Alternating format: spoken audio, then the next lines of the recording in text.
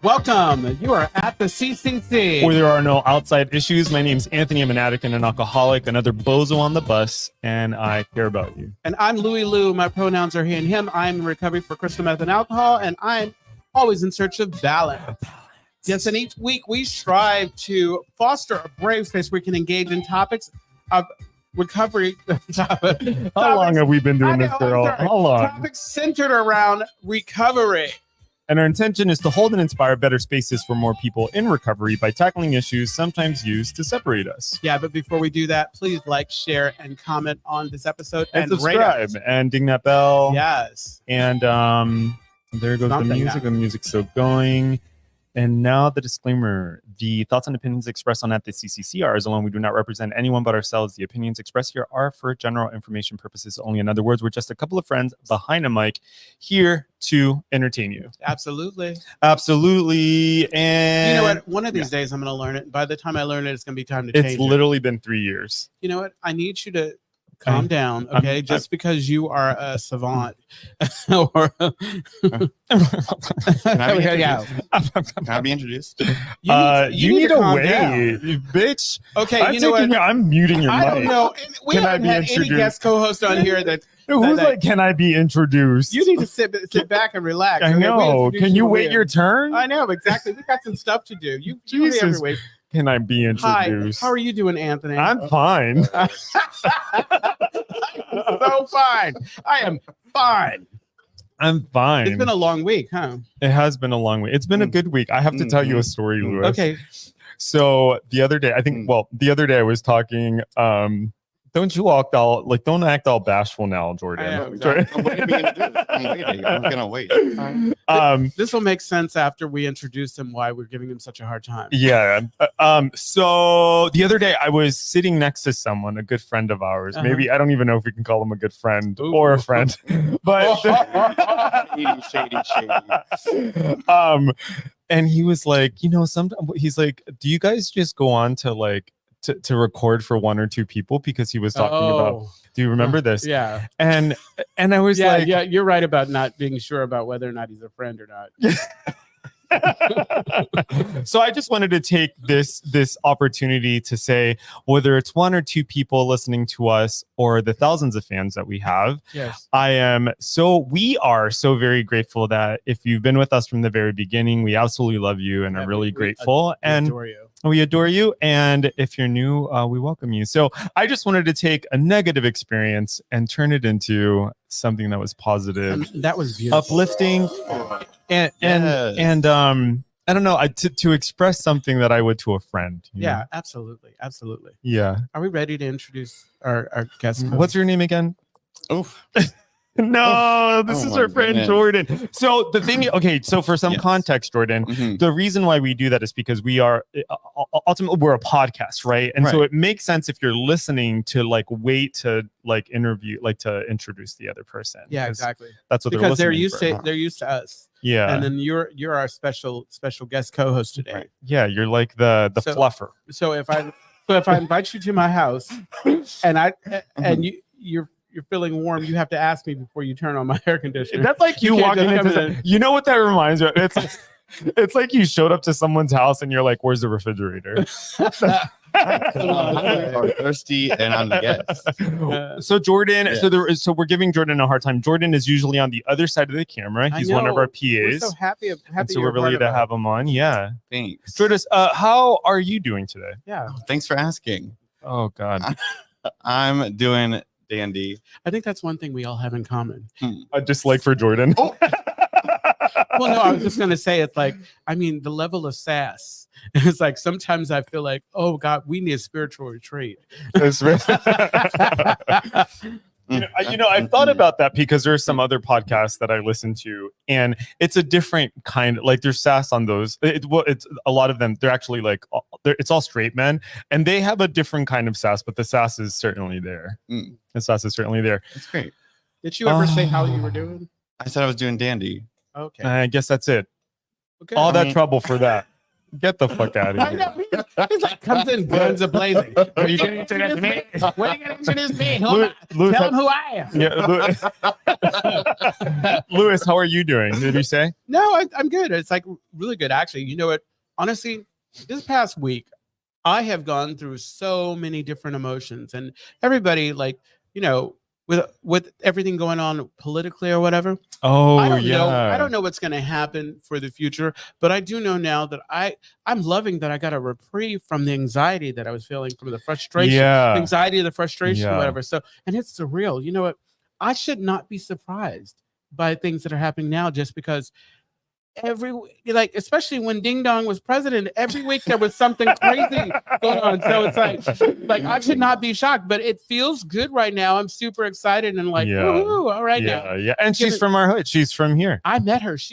If she wins, she would be the only president that I've ever met in person. Is that right? Which somebody told me it don't count because she wasn't president then. It counts. I met her. Who was that, Brian? Did Brian say that to you? Probably. Brian is all about, like, you know what? I need to knock you down a couple pegs because your head's too big. I'm all, okay, or whatever. It's like, seriously? Okay. Brian's one of those friends that you can't have self-esteem around.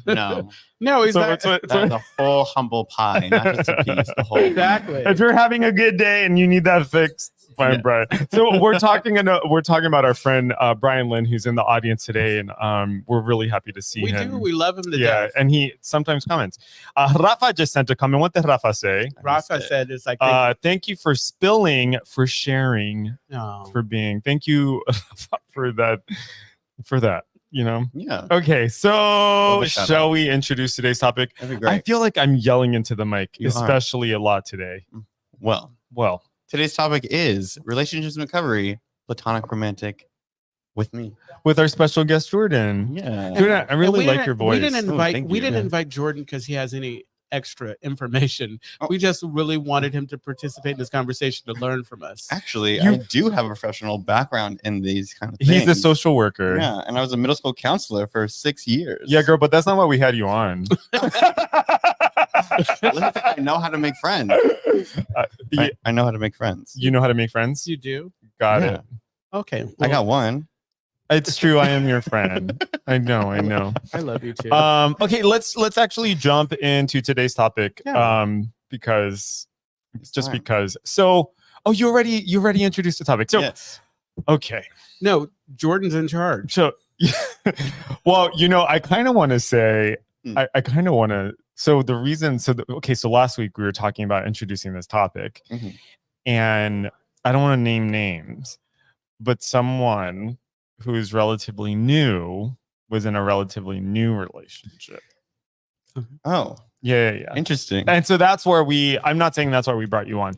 I'm saying, but you can, I'm not saying that's what we brought. But I was just talking. If you go back and you listen to the episode, we were pretty pointed in our in our conversation. Okay, like it was clear, like because I heard something and then you made a face. I'm pretty sure Jordan made a face on the other side, but no, Oh, hey Brian. Okay, so I before we jump in, as we're jumping in, I don't know, I can't find a better transition word here or phrase, but what I wanted to say is that when we were thinking about like romantic platonic, I was like, isn't that just relationships in general? Because like they either fall into romantic or platonic, except that like there are relationships because platonic is non-sexual, non-romantic. But I thought like, is it really that kind of like clear cut? You know what I mean? Not at all. I think that I think there are levels. Yeah. I mean, because last week we talked about like family and like co-workers, things like that or whatever. There's some acquaintances, but I think that when I was thinking about like this idea of platonic and love relationship, like the deep, intimate kind of connections that we all get to have in recovery, That's what I'm talking about. The kind, not the throw. I don't want to call anybody throwaways, but the kind of like I used to say, like when I would go to the end up, there were two types of people. There were the people that I could bring home, and the people that I leave at the club. Now I've modified that because that was just me being simple and plain. But you know what I'm getting at. Yeah. Jordan, so you're how much you're relatively new to recovery, right? I'm relatively new, yeah. Relatively new to recovery. Don't smile at me like that. For people listening, he's gonna get slapped in the head. Jordan's giving me like this like really interesting smile. Jordan, so would you say in your experience so far that establishing relationships, friendships now, or any kind of relationships now, does that feel different to you than when you were out drinking and using? 100%, right? I think there's some commonality too, right? I don't know if I would say stages. I would say that there's a spectrum of relationships. Keep right? your mouth close to the There's a mic. I'm spectrum only going of to tell you that one relationships. time. Go ahead. And the spectrum overlaps, right? So like you can be platonically and romantically, I think, involved with the same person, right? I think for me, most of my experiences while using and stuff was we hooked up first and then became friends, right? Well, explain that a little more. The spectrum. Doing that at the same time, the platonic and the so like when I would meet, the way I met friends, right, was hooking up, and then we have a conversation after, and like, oh, I like talking to you, like let's do this again, right? And sometimes the sexual part faded out, or whatever, vice versa, right? And so I think the best kind of friend is a friend that you can be naked with. Has that always been the case? Like even when you were in your active addiction, like because it's always kind of a challenge. Like I want that. I mean, that's ideal because that's kind of where I'm at, where I've kind of got now with that. But before it was like I couldn't do any beyond that. It's like I didn't even want to know your name. Right. No, I think it depends on the intention you go into, right? Like when I was actively using, I had one goal or maybe two goals, right? Or three. But like outside of it now, right? I think there is goals you want to have with folks, right? And it's a weird dance because as I'm sober now, it's like, how do I make friends when I'm 33 years old? You know, it's like I'm back in middle school again, right? Like how do I introduce myself? How do I, especially as gays, right? How do I say hello to you without thinking like I'm hitting on you, or you're gonna hit on me later, right? Vice versa. That's a lot of interesting things here, right? So I've seen like memes and videos about that, like that the kind of the plight of the gay man is, do I like you? Do I hate you? Do I want to be you? Am I jealous of you? Yeah. Right. Do I want to fuck you? Or do I want to fuck you? Yeah. Right. And I don't, I'd be really interested in like what like things are like for lesbians or like other queer people. So if you're listening right now, please chime in, because I wonder if like I don't know if those things are unique to like gay people in general, because I imagine that like straight people have that experience too. I don't know. I'm not straight. Yeah. But yeah, I think making friends. Well, the other thing I wanted to say, there was a time in my life where literally all my friends were people I had slept with, and like, that's how I made friends. Totally. Yeah, that's how I made friends, and it wasn't complicated. Yeah, no, exactly. It wasn't complicated. Yeah, it wasn't complicated. Yeah. And I didn't do repeats because it was dangerously close to. It's okay. Don't worry about it. We lost our video. It's okay. That's it. It was dangerously close to a relationship. But I think that as I've grown and especially now that I'm sober, I like the idea of we did it. We may not do it again, but I feel like I have a deeper connection with people that I've, been with before. Yeah. So I was curious, and I wanted to look up the definition of platonic, and it says affectionate and intimate, just not sexual. Yeah. So it's like a platonic relationship, because generally when we think about like a platonic relationship, we think kind of sterile, but there's still the affection and the intimacy. And we're lucky as gay men, like in it, that we can, like with my friends, I can walk down the street hugged up, holding hands. Yeah. Just sometimes in meetings we lean our head on, and that's not something that I could do before because I was so concerned about like people thinking that I was gay, even though I was. Well, what's interesting about that is that there are other cultures where affection between men is the norm, especially I think in like the Middle East, for example, like men hold hands, they kiss, they sit very close to each other, because that's just part of the culture. That's what like the intimacy. And I mean, and like in Puerto Rican culture too, maybe less so now, like with newer generations, but there's like the men will kiss on the cheek, or like there is affection that's shared between people. Angel writes, it only became platonic when we realized that the two bottoms didn't make a top. Bitch, get out of here. You can bump uglies. I think so. I don't know if people can still hear us. No, but they can hear they us. can still hear us.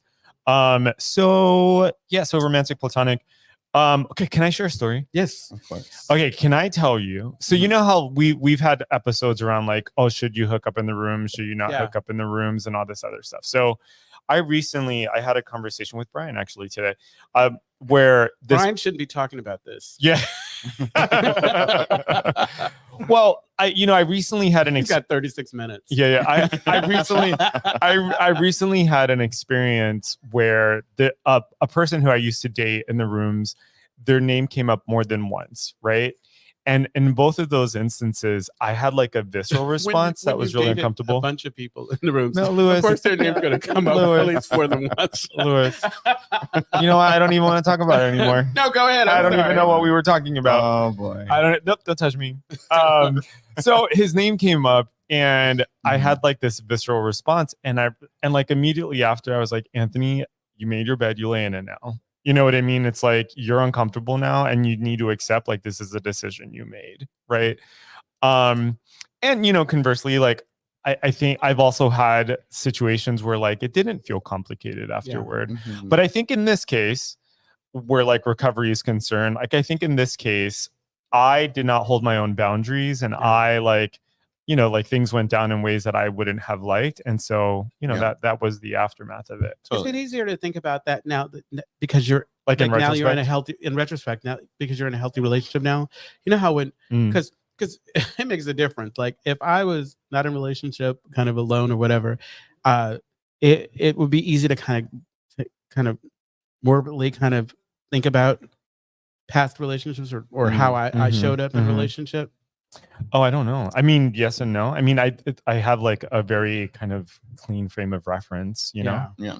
I think my thing is two things. Let's hear it. It's only as awkward as you make it for me, right? So if I hook up with somebody and if I'm awkward, then it's good. If I'm awkward, it's going to be awkward, right?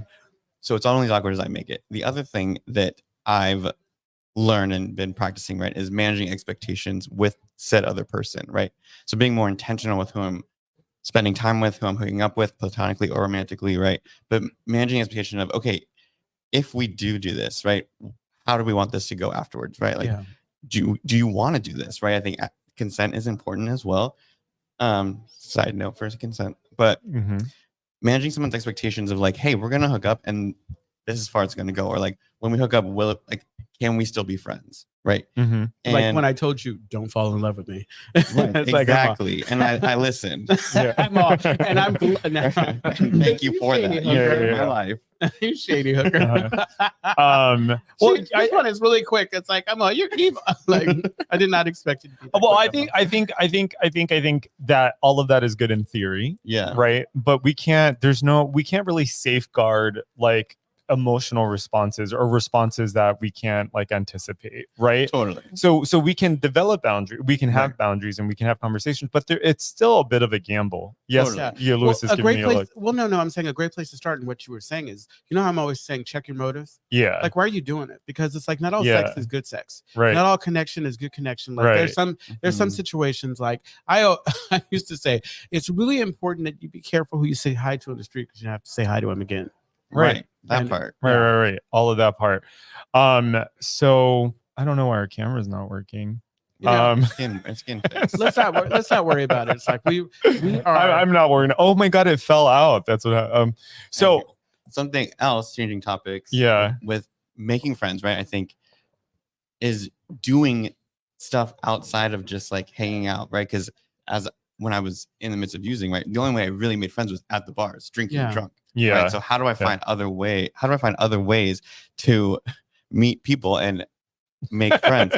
Eat that mic. Eat it. Eat that mic. Seriously. So I love that question about, and this isn't something that's like unique to people in recovery. Mhm. is I'm laughing for people who are listening because Jordan keeps drifting from the mic, and so we have to keep pushing him closer to the mic. But like, a lot of people as you get older, it's harder to make friends as you get older. Oh, yeah. And part of that is because when we're not in environments that are contained that allow for friendships to form, right? So like when you're in high school or you're just in school in general, or you go to camp, you're surrounded by people and there's shared context and there's opportunities to connect, etc. And so that becomes a little harder as you get older, right? So that's why people will try to make friends with people they work with. Yeah.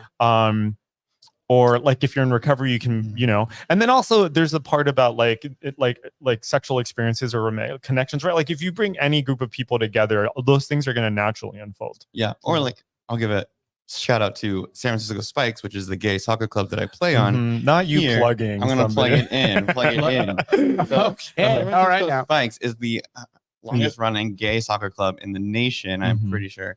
And that's the way I have made friends, right? And I brought somebody else into the gig.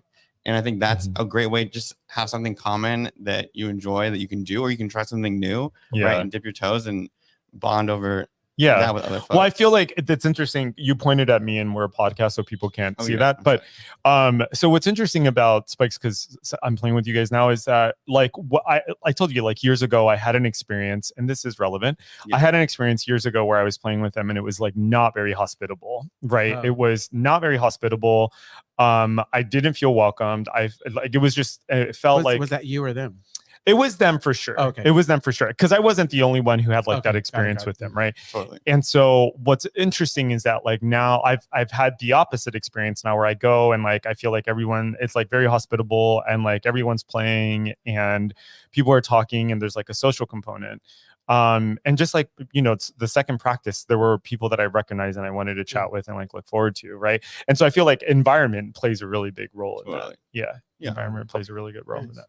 You're gonna say something, Jordan? Oh, well, I'm just back to just like you have to practice that too, right? How do I make friends in settings that I'm not used to? Right. It's a muscle that you have to work on and grow and flex. And yeah, I know I have a sponsee that will say something to me. Will say, well, like I don't really have friends. And I'm like, okay, girl, but like, do you branch out? Do you talk to people? Right. Do you know what I mean? It's like, you do have to, there's a bit of legwork that has to, you have to take a bit of a leap. And it's frustrating in the beginning of developing these friendships because you have to temper your expectations. You have to kind of understand that, like, especially in recovery, that people are in various stages of their, where they're at.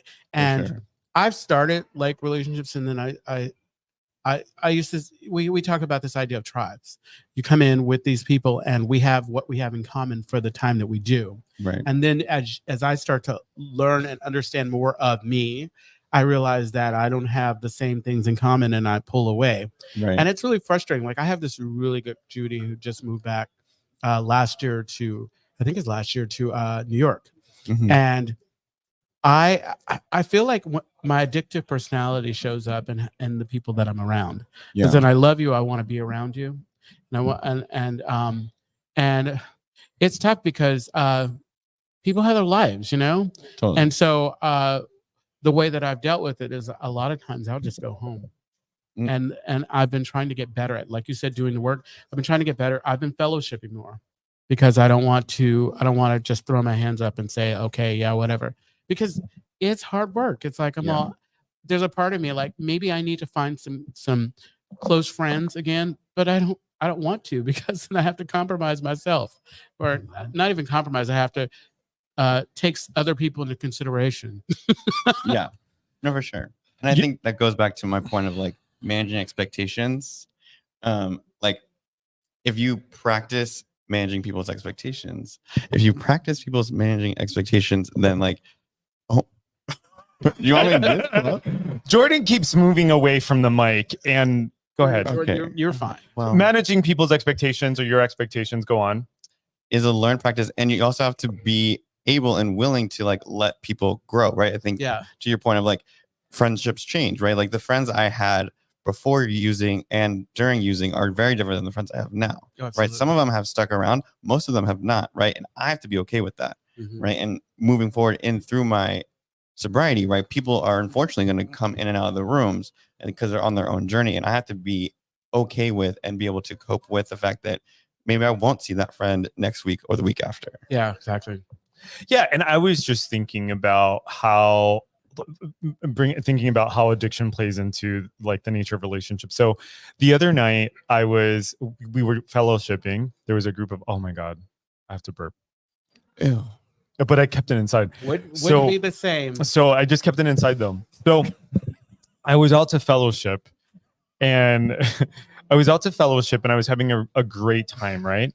And then immediately afterward, I don't know what happened, but immediately afterward, I started to think none of these people like me. I'm an inconvenience. I just started to spiral, and I'm like, oh my God. Yeah. And I know that's not unique to me. I know a lot of people in recovery will sometimes have that kind of thinking. Absolutely. And I had to work on taking that away. Right. So to your earlier question about was that me or was that them? Yeah. I think that for me anyway, that's a thing that in order for me to sustain friendships, I have to be constantly aware of that is am I telling myself a story about what other people are experiencing? Yeah. And is that story bringing me closer or further away from them? Yeah. 100%. Yeah. Whether romantic or platonic, right? Well, because I was asking you that question because I think it's tough going into a group setting where people already have kind of established some norms. Yeah. And a lot of times we're not even aware that we're acting out or whatever. It's kind of like when newcomers talk about coming to meetings and they see us laughing and carrying on, and that can be kind of intimidating. 100%. Yeah. Mm-hmm. And there's what was the other thing I was thinking about? I have a method that I use. So when I first got sober and I was in the rooms, I thought everyone was going to be your friend. I thought that. I thought everyone was going to be your friend. Oh, I guess you're better than me. So I thought everyone's going to be your friend. Everyone has the best intentions. I thought, it's one big happy family. And I was, I learned rather quickly, actually, that's not true. Not everyone can show up. Not everyone can show up to a friendship. No. And it's not because of you. It's because of the stuff that they have going on. And so I had my heart broken many times because I was like, oh, I thought we were so close. You'd have people that there are people that I would get close to, and then they would just fall off the face of the earth. Absolutely. And that's really hurtful. And so, so over time, I've been in the program I've been sober for over, not continuous sobriety, but I've been around for over 10 years. And what I've learned is the way I work is I allow myself to get close to people. And then at some point, you might learn where the limits are. Oh, you might learn oh, this person's unreliable. Or you might learn oh, this person is shady. Yeah, you know what exactly. I mean? And then you get to make a decision okay, is this someone I can keep around? Is this someone where I have to pull back a little bit? Or can I set boundaries with them, and how do I do that? Yeah. Right. Stepping into these friendships requires courage. Yeah. Yeah. It requires you to be brave because you're right. It's just recently, a friend, someone who I'm developing a friendship with and really close, I saw some behavior that reminded me of how things were in the past with friends, and it really kind of I had to step back. And what I usually try to do is I try to release people to be.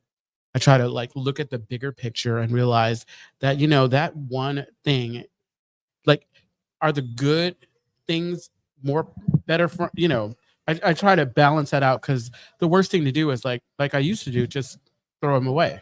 Yeah. It's no good. Yeah, I mean, I used to do that too. I used to throw away friendships. The second things got weird, I'm like, no, we're not doing this. We're not doing this. Which is, that was behavior before I got sober, and it's it's a survival mechanism. Oh, right? absolutely. It's especially when everyone get you before you get me. 100%. I used to quit jobs before they could fire me. Thank you. Exactly. That Exactly. goes for romantic relationships too, right? I'll find a reason to break up with you.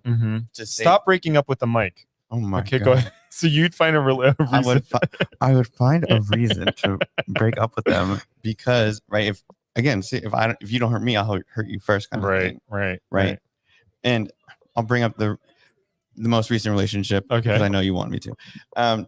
So I got in a relationship with somebody who's also early in sobriety, right? And we weren't very intentional about how we were going to manifest this relationship, right? And long story short, what ended up happening is that like he decided and came to the conclusion that he was not ready for a relationship and he needed to work on him first, right? Which is, I think, a very mature response, right? And I think that maturity and that inside, what's the word?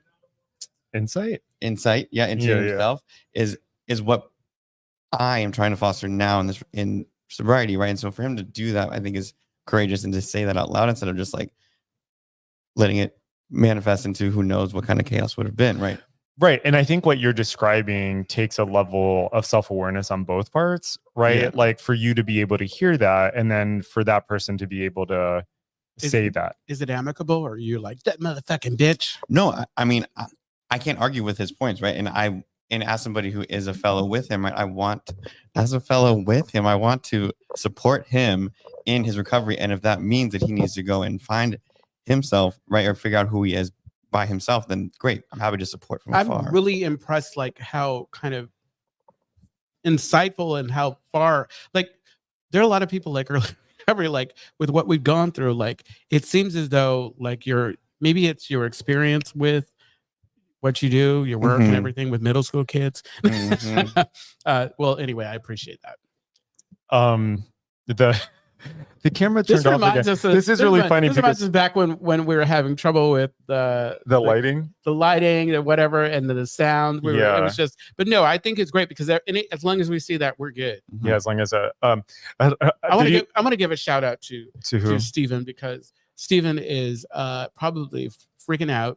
And Stephen isn't. You don't need to freak out because you do amazing work. Stephen is amazing. Yeah, and the same for Jason. What happened? Did you guys not charge it? Don't blame us. We're having problems with the camera. We'll get it figured out. That voice, if you're wondering, that's Stephen. That's Stephen. You hear that sexy voice. This is a prime example of like how relationships can go, right? Sometimes they're hot, sometimes they're cold, and we got to roll with the punches. Yeah. What are you talking about? The camera. Yeah. Making a metaphor, I think. Yes. It's a metaphor. Anthony's real good at he does that to me every now and then. What are you talking about? What are you talking about? Like, and then I'm all, oh God, I feel so stupid. No, don't do that. No, don't do that. So okay, there is Rafa says by camera, sexy Steven. Absolutely. It's like how do you guys cultivate your relationships? So like, how do you grow them, whether romantic or platonic? For me, where I have to, it's very intentional. Like if I decide that I care about you, that I want more, then I'm going to pour into you. Yeah. I'm going to communicate with you. I'm going to pour into you. Yeah, I'm going to communicate with you. I'm going to stay in contact and try to spend time with you and learn about you. You know, because for me, like it's so important that for my relationships that I'm present. Yeah. That I'm present with you. And also it's like, I think the older that I get, it's like, I don't need to have 100,000 friends, although we're pretty fortunate. I got a lot of people that I'm really close to, but the people that I stick around, I love consistency. Like I always say, like, if you are an asshole to me all the time, I'm good with that. But it's the hot and cold that we were talking about. Yes. Like, this is what helps me, and I usually know right off. I know right off if I'm going to invest any more in this. You know, I just like, and maybe it's a bad thing or whatever, but I know right off. Like, so there's usually something. It's a spark, kind of like a spark with a relationship, and because there has to be an attraction in friendship. You know, there has to be something going on. Yeah, I would say for me, right, it's about creating memories, right? So doing things. Going out and doing whatever, right? Whether it is sitting at home watching a movie together or going to the beach or whatever, going to Folsom or Dory, whatever, like doing things to create new memories with that person. And that's what I want to do. That's how I cultivate a relationship, as one example.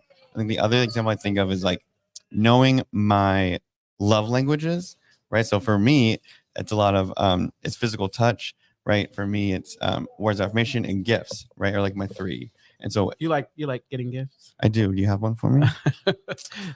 I'll give it to you later. Oh, well, thank you. So so knowing my love language and how do I portray that to people that I love both platonically and romantically, right? Like I think of my mom and I are very similar. And so she and I will get each other like little gifts randomly just because, right? And I think that's just a way that we show our love and appreciation for one another. That's really sweet. It's interesting that you talk about love languages because the guy who created them, or like, you know, the idea, he's actually, I think he's a priest or a minister. He's a religious spiritual leader.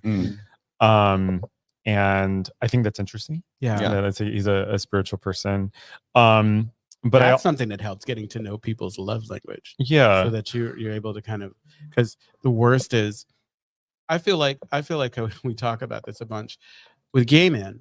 Sometimes we actively look for the things that we want from people that can't give it, are not ready to give it. And meaning like, I want intimacy, I want love, and then I go connecting with somebody who just wants physical sex with nothing else. And vice versa. I think, you know, let's talk about that for a little bit, because I think there for a while there was like this joke I'd heard. It was like everyone has that friend that they want to fuck. But I wonder too, like sometimes there's like, I wonder if there's like a, I don't know if I wonder, but there's a fine line sometimes, I think, between like attraction and, because, you know, I have oh my god, it's looking at you guys. The camera's been turned around. The camera was turned around and you could see behind the camera was turned around and you could see the production team. That's really funny. That's great. What were you saying? I fucking forgot. That's good. Oh, romantic, platonic. The intimacy that like I've had like very close friendships with straight men that felt very intimate. Oh, absolutely. You know what I mean? And right, and so sometimes there's like this fine line between that. Sometimes I think, and also I think I wonder too if like those things always have to be separate, right? Like, is it possible for I can see Brian Lynn eating. Rafa just wrote, I can see Brian Lynn eating. I don't know. I think I'm just processing out loud. Yeah. Something that brings up your point about like having a relationship with straight men, right? I think it's, for me, what I enjoy about friendships is having variety of friends, right?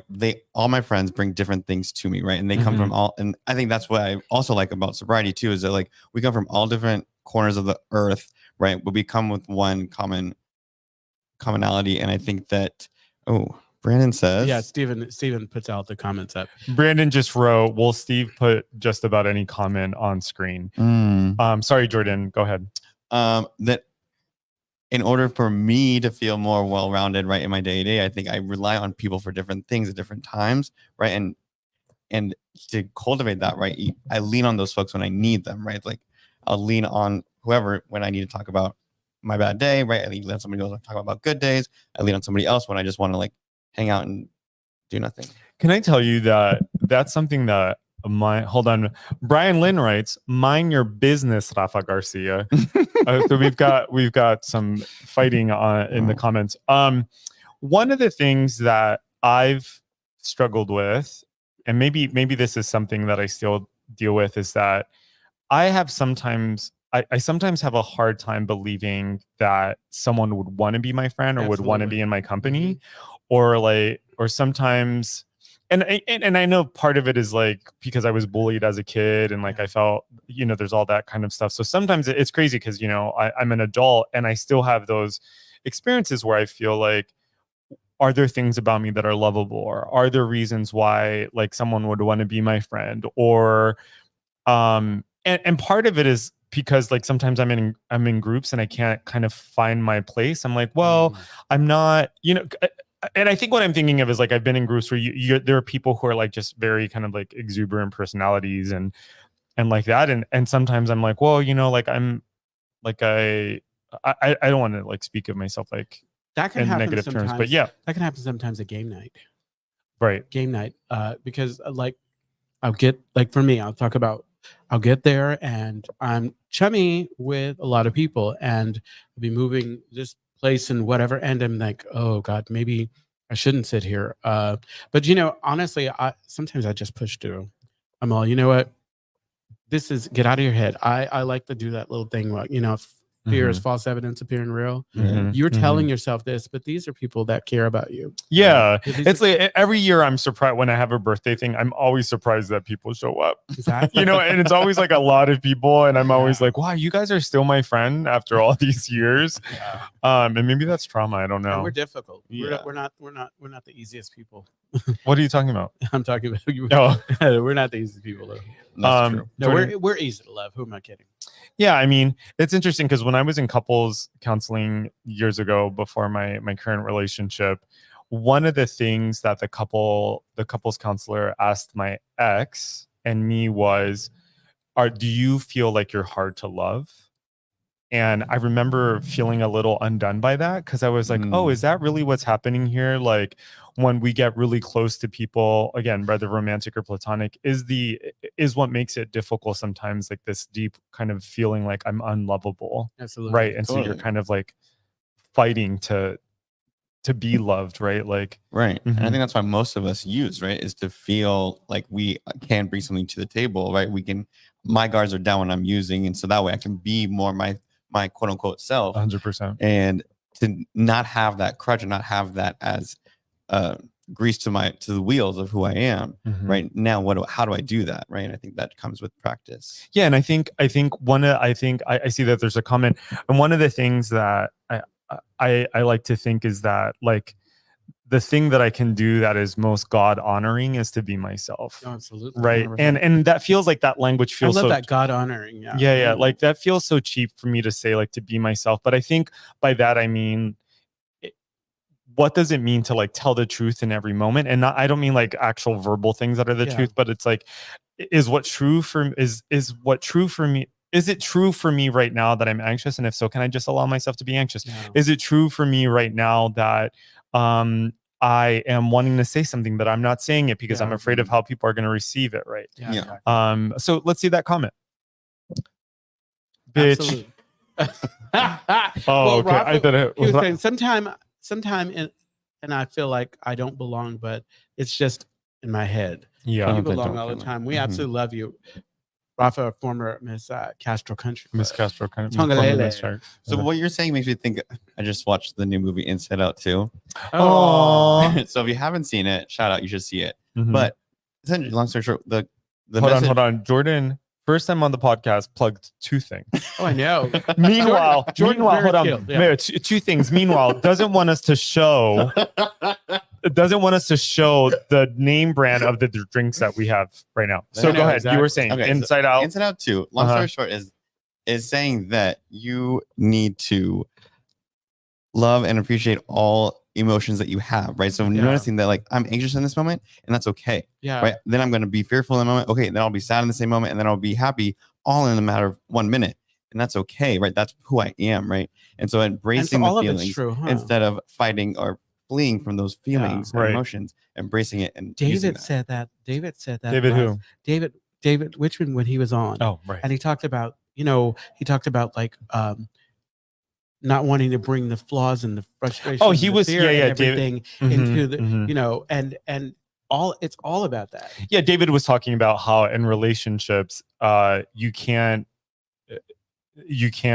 not have jealousy or insecurity, that you have to like welcome those things in. 100%. Yeah, I agree. Yeah, we have a couple minutes. So we do have a couple minutes. Do we want to land the plane? Let's land the plane and before we go into our podcast exclusive content. Well, before we land the plane, I just want to say one more time that the podcast has been growing. I've shared before that last year into this year we grew by 120%. We have listenership in every continent. Is this for Brian? No, this isn't for Brian. Okay. I'm getting to a point here. Okay.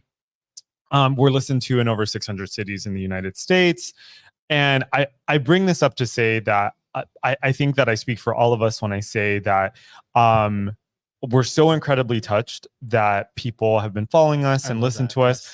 We're so incredibly touched that, our team keeps growing, that when we're out in public or we're at a conference or something like that, that people express their gratitude.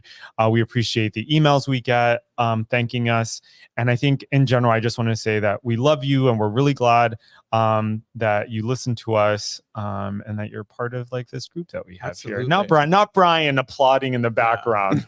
Not Brian. I absolutely love it. I'm tickled, and it's really kind of inspiring when people come and talk to me about how the podcast affects them. And yeah, we really want that. Yeah, we love that. So keep doing what you're doing. Yes. Okay, Anka writes. Anka, we love you. You're all the bomb. Thank you, Anka.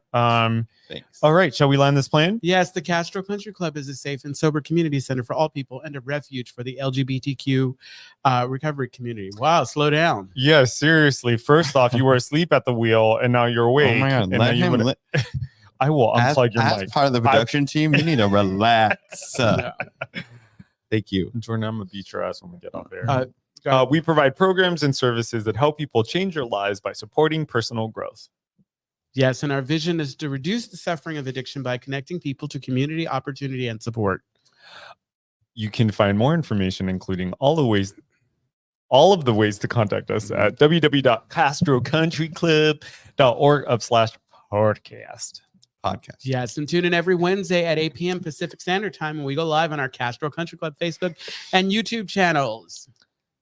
Find us wherever you listen to podcasts. Oh my God. Wow. Oh my God. How